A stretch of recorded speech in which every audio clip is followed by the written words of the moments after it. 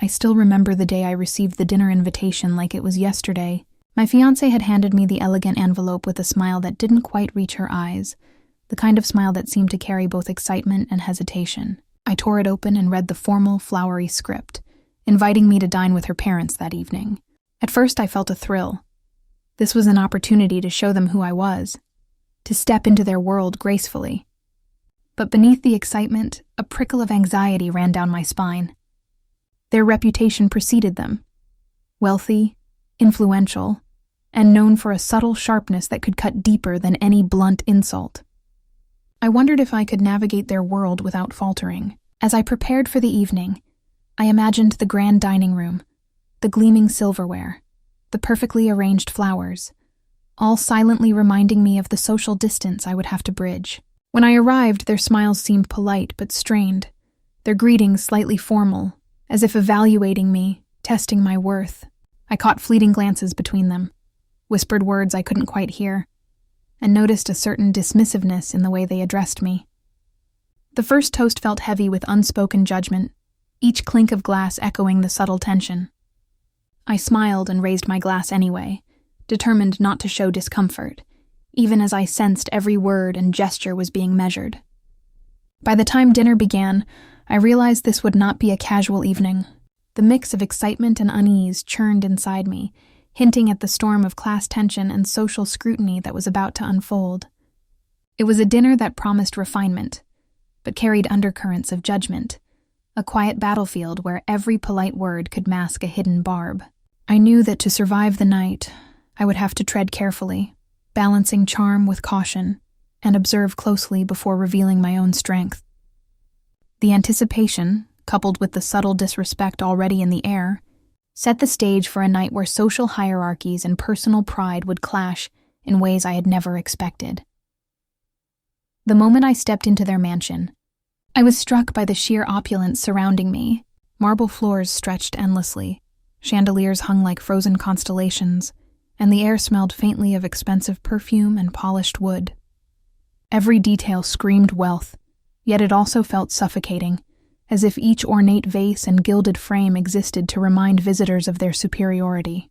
My eyes swept over the room, catching subtle glances from my fiancé's parents, each look carefully measured, each smile tinged with something I couldn't immediately name. They spoke in a way that felt coded, their words polite on the surface but loaded with condescension. A comment about how quaint it must be to manage one's own business without help made me pause, realizing the slight jab at my independence. Another remark on my attire, couched as curiosity, hinted at their judgment of my taste and status. I forced a polite nod and a smile, but inside, frustration simmered like coals ready to ignite. I felt acutely out of place, a guest navigating a minefield of invisible social traps. My fiancé seemed oblivious, chatting lightly, while I strained to pick up every nuance, every subtle test they were throwing my way. The more I listened, the sharper the contrasts became. The life of comfort and inherited influence they flaunted versus the earned wealth and independence I brought into the room. It was as though they were weighing me, measuring not my character, but my pedigree, my polish, my ability to conform. Every compliment felt faintly patronizing. Every question, a veiled challenge. I clenched my hands slightly, trying to steady my rising irritation, reminding myself that the night had just begun. Even as I sipped my wine, I mapped the battlefield in my mind, noting the subtle power plays and exchanges that would shape the rest of the evening. This was no ordinary dinner. It was a performance of civility, where the slightest misstep could expose me to ridicule, and every word would be a test of wit, patience, and self-possession. By the time I took my seat at the long, gleaming table, I realized this house was not just a home.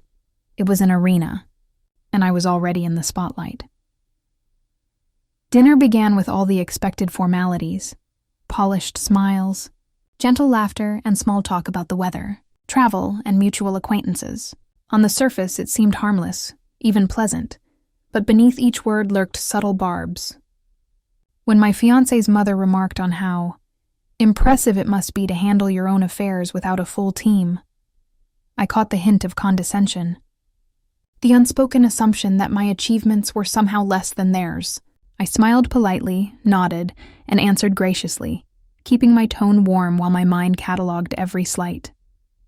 Her husband's comments were no better, casually questioning my tastes in art, my choice of restaurant, even the way I held my fork, all under the guise of light-hearted curiosity. I laughed at the right moments, made agreeable remarks, and kept my expression neutral, projecting calm, while inside, a storm of irritation churned. Yet as I observed them, a subtle shift began. I started noticing their inconsistencies, the little hypocrisies that contradicted their airs of superiority. Their carefully curated image was beginning to crack, revealing moments of vanity, insecurity, and pettiness. I filed each detail away, a mental ledger of their pretensions, while outwardly maintaining the polite mask expected of a guest. It was the first small taste of power reversal.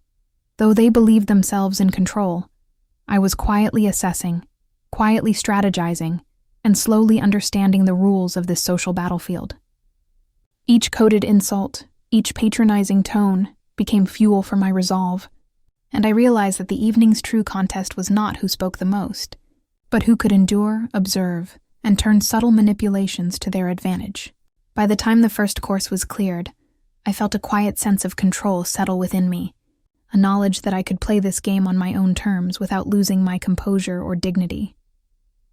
As the conversation progressed, I noticed them slipping into a strange cadence, a private dialect peppered with inside jokes and subtle references that made no sense to me. They laughed softly at things I couldn't follow, exchanged glances that I wasn't meant to understand, and continued as if my presence was a mere formality. Each word I tried to contribute was either ignored or lightly dismissed, their smiles polite but distant. When I suggested a particular wine pairing, they exchanged silent smirks, making me second-guess myself, wondering if my choice had been some hidden faux pas. My fiancé's subtle encouragements did little to mask the growing sense of exclusion, and I felt an almost tangible divide forming at the table, like a clear line between insider and outsider. They praised one another, shared anecdotes about events I had never attended, and dropped small, barbed compliments that highlighted my perceived shortcomings. I sat there, masking my frustration behind measured nods and polite laughter, my mind racing to understand their intentions. Gradually, a chilling realization settled over me. This was not mere casual snobbery. Every glance, every coded remark, every silent pause felt meticulously designed, a careful calibration to see how I would react. The tension thickened, coiling around my chest like an invisible vice. It wasn't just social hierarchy. It was a test, a gauntlet they had set, and I was right in the middle of it, unsure of how far it would stretch or what they hoped to provoke. I could feel my pulse quicken as the scope of their manipulation became clear, the polite facade of the dinner giving way to a subtle, almost cruel challenge I hadn't anticipated. I realized then that the night had only just begun, and surviving it would require more than manners. It would demand strategy, patience, and a quiet, unwavering resolve. In the midst of the coded whispers and thinly veiled barbs, my fiancé leaned slightly toward me and offered quiet support, her words gentle but meaningful. She reminded me, almost apologetically, that not everything they said deserved a reaction, that some battles were better observed than engaged. Her subtle defense created a tension I hadn't anticipated. Gratitude warred with a rising urge to call out their condescension on the spot. Every instinct in me screamed to confront them, to expose their hypocrisy immediately. But I felt the weight of restraint pressing down, reminding me that patience could be more powerful than a sharp retort. As I held back, memories of past underestimations flickered through my mind.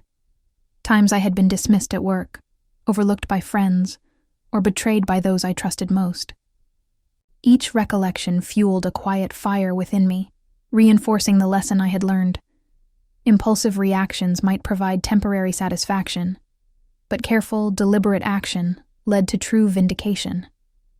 I reflected on how often I had been underestimated and how many times I had been forced to navigate humiliation silently, learning, observing, and biding my time. Tonight was no different. This dinner, with all its subtle cruelty, was just another stage for proving my worth. My fiancé's quiet support gave me solace, but also highlighted the choice before me: immediate confrontation or strategic patience. The struggle within me intensified, the contrast between restraint and righteous anger sharpening my awareness. Every polite nod and forced smile became an exercise in control, a rehearsal for the moment when the scales would finally tip in my favor. I knew the night demanded not just composure, but a mental mapping of their weaknesses, an emotional ledger of every slight, and a readiness to act when the perfect opportunity arose. As I sipped my drink, my mind drifted inward, circling the familiar ache of being underestimated and judged by appearances alone. The mansion, the silverware, the perfectly curated smiles. All of it was a stage designed to remind me that I was, in their eyes, an outsider. I thought about social status, how arbitrary it could feel, and yet how powerfully it shaped interactions, expectations, and respect.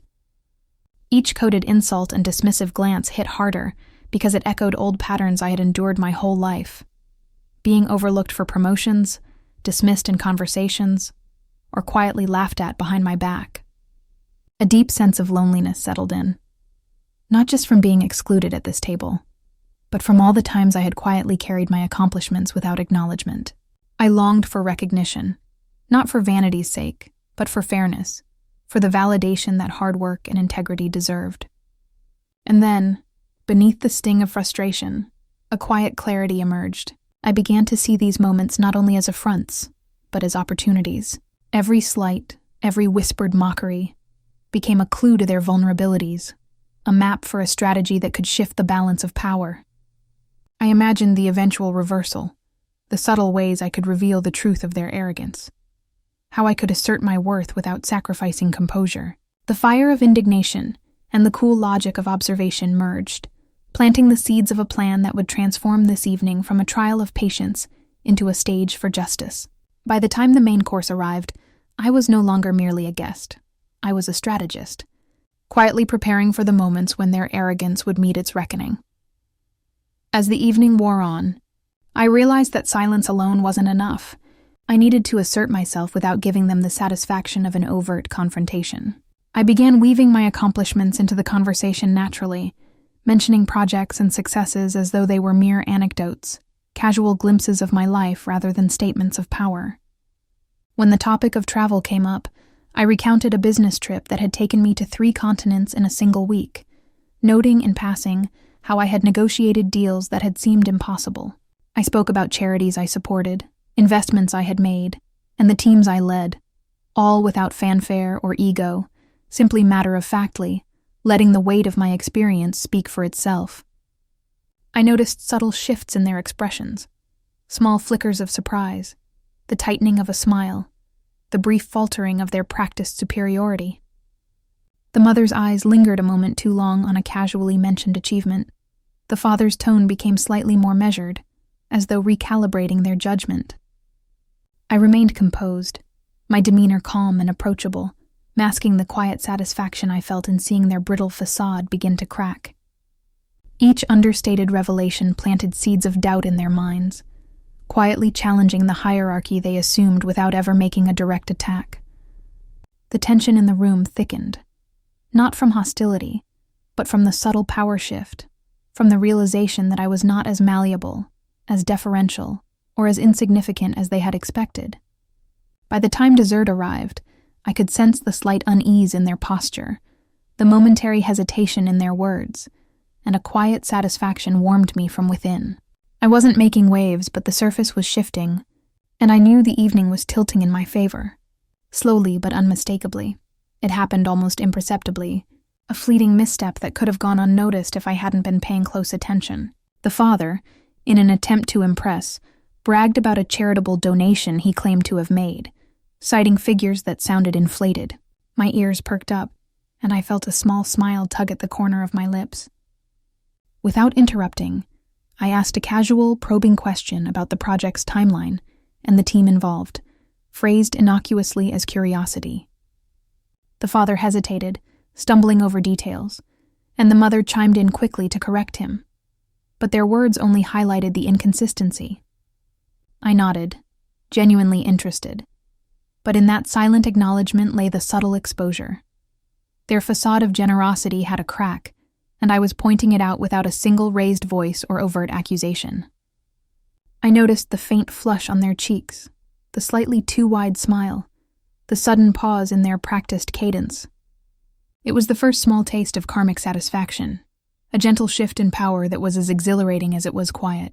I allowed the moment to linger, sipping my wine, while they struggled to regain composure. The room felt different afterward, the air slightly heavier with unspoken awareness. I realized then how delicate the illusion of superiority could be, and how effective patience and observation were as tools of quiet retribution. For the first time that evening, I sensed the social balance beginning to tilt, and I relished the silent victory, knowing it was only the beginning of the reckoning to come. The tension that had been simmering all evening finally reached a sharp, undeniable point. The father, leaning back in his chair with an air of smug authority, casually remarked on how people in our circles always notice when someone's wealth is self-made versus inherited, letting the words hang like a challenge in the air. The mother laughed softly, her eyes glinting, adding, "It's admirable, I suppose, that you've accomplished so much on your own, but one must wonder how sustainable it really is." I felt the familiar rush of indignation rise within me, a fierce blend of anger and pride, but I forced myself to stay calm, measuring my response carefully. Inside my thoughts raced. Every insult, every condescending glance, every subtle jab of the night flashed before me. I reminded myself of the countless times I had been underestimated, dismissed, or laughed at behind closed doors. This was nothing new. I knew my worth, and their perception did not define it. I allowed a slow, deliberate smile to settle on my face, nodding as if I found their commentary amusing, while my mind began orchestrating a delicate escalation. Every word I chose needed to signal confidence, intelligence, and subtle power without overt aggression. I spoke of future projects and collaborations, mentioning influential contacts and accomplishments with an ease that made them falter, just slightly, in their composure. Their superiority complex, so carefully cultivated, showed the tiniest cracks. A slight hesitation, a pause in conversation, a flicker of uncertainty in their eyes. With each measured remark, I leaned into the contrast between their assumed dominance and my quiet command of the room, feeling the power subtly shift. My internal monologue circled around one truth. I had been underestimated, and the night was mine to redefine. The dinner, once a minefield of subtle humiliation, had transformed into a stage where my restraint and awareness became the instruments of quiet control. I could almost see their minds racing, adjusting, second-guessing, while I remained composed, letting them feel the unease that came from realizing they were not as untouchable as they believed. This was the first true boiling point, and I knew that the real reversal, the one that would leave them unsettled and exposed, was only moments away. I waited for the precise moment, letting the conversation drift casually, ensuring that the tension had reached its peak before I acted. Then, almost in passing, I mentioned a mutual acquaintance, someone they greatly admired, someone whose opinion carried weight in their social circles. I spoke of a recent collaboration, framing it as an ordinary discussion about business and philanthropy, yet every word was carefully chosen to reveal my connections and influence. Their smiles faltered, and I could see the flicker of surprise in their eyes as they realized I was not the naive outsider they had assumed. I leaned slightly forward, adding another subtle detail. A joint venture I was funding, one that intersected with an exclusive event they had previously bragged about attending. The mother's hand trembled slightly as she reached for her glass, and the father's composed posture wavered, a crack in the armor of superiority they had maintained all evening. I continued calmly, my tone conversational, recounting achievements and partnerships as if they were mundane, but the impact was anything but ordinary. They were blindsided, unable to recover immediately, their carefully constructed facade of dominance dissolving before them. For the first time that night, the power dynamic shifted unmistakably. I was no longer the guest being tested. I had become the arbiter, the quiet force exposing their vulnerabilities. The room, once filled with subtle tension and polite civility, now vibrated with unspoken recognition of my authority, a controlled shock that left them momentarily speechless. I sipped my wine, allowing the moment to breathe, savoring the subtle, yet explosive reversal that had quietly reshaped the balance of power at the table. The final course arrived, but the real dessert of the evening came in the form of their unraveling composure. As they attempted to regain control, a series of subtle missteps betrayed their pretensions. The father, trying to assert dominance, referenced an exclusive club they supposedly belonged to, only for me to casually mention that the membership had lapsed years ago, something he hadn't expected me to know. The mother, eager to salvage the conversation, launched into a story of a lavish charity event, only to be corrected by a passing acquaintance who happened to arrive at the perfect moment, revealing that many of her details had been exaggerated. I remained calm, nodding politely, allowing their social inconsistencies to speak louder than any confrontation could. The coded superiority, the carefully curated airs of grandeur, all crumbled under the quiet, factual observations I had strategically seeded throughout the night.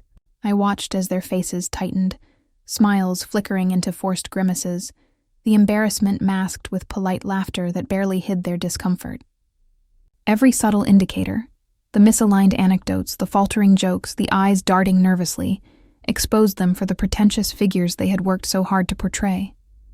I felt a quiet thrill, a karmic satisfaction that was both understated and deeply gratifying, knowing that their attempts at social mastery had collapsed right before everyone present. The dinner table, once their arena of control, had become a mirror reflecting their arrogance back at them, and for the first time all evening, I sensed their vulnerability in full view. The emotional high for me, and the imagined satisfaction for anyone witnessing it, was profound. The social hierarchy they assumed as unshakable had been subtly, but completely, dismantled. As the evening drew to a close, I noticed my fiancée watching me differently, her eyes lingering with a mix of admiration and relief. She had seen my restraint, the way I had navigated every jab and subtle slight without losing composure, and it seemed to strike a chord she hadn't fully realized before. In the quiet moments between courses and conversation, I caught her reflection in the polished glassware, her expression thoughtful, impressed, and quietly proud. She saw the intelligence behind my measured words, the strength in my patience, and the quiet power I had wielded without ever raising my voice. For the first time that night, the dynamic between us shifted. It wasn't just about enduring the evening together. It was about witnessing each other's true character. I could feel her pride mingling with a sense of emotional relief, as if the tension that had surrounded us had finally been lifted by my careful orchestration. Her subtle gestures, a lingering smile, a gentle touch on my hand, spoke volumes, reinforcing the bond between us and validating the effort I had poured into maintaining dignity while asserting control. In that moment, the relationship deepened, a quiet but powerful reward that underscored not only my personal triumph, but the wish fulfillment that comes from being truly seen and respected by the person who mattered most. It was a private victory amid the public unraveling, an emotional affirmation that my strategy had not only worked socially, but had also strengthened the connection I cherished. Later that night, after the guests had departed and the mansion returned to silence, I sat alone reflecting on everything that had transpired.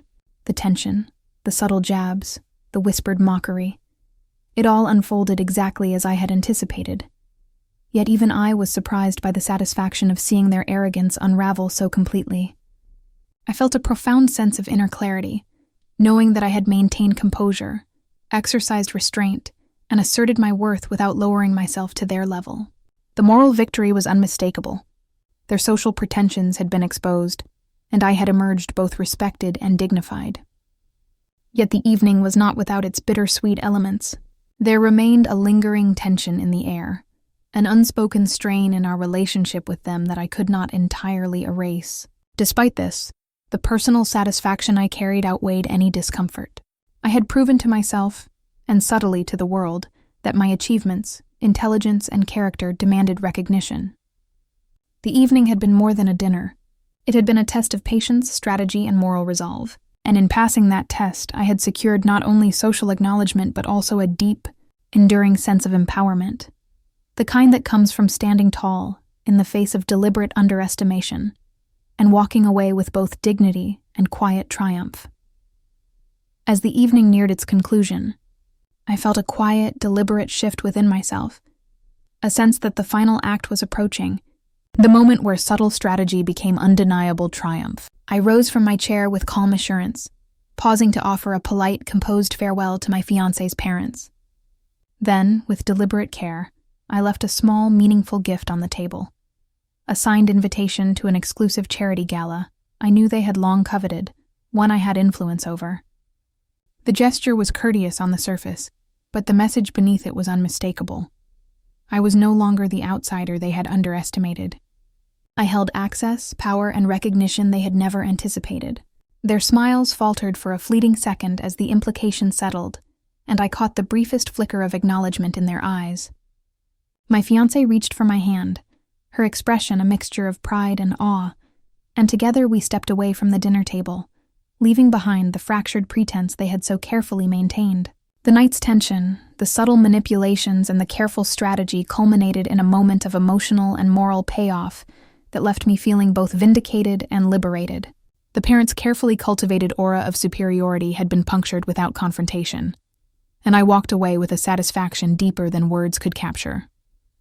As we exited into the cool night air, I felt a profound sense of closure, both personal and social, a quiet, triumphant affirmation that respect, patience, and cunning could overcome arrogance and prejudice. The story ended with a balance of justice and reflection, leaving not just me, but the audience, basking in the gratification of seeing true power revealed, character acknowledged, and wrongs quietly, yet decisively corrected.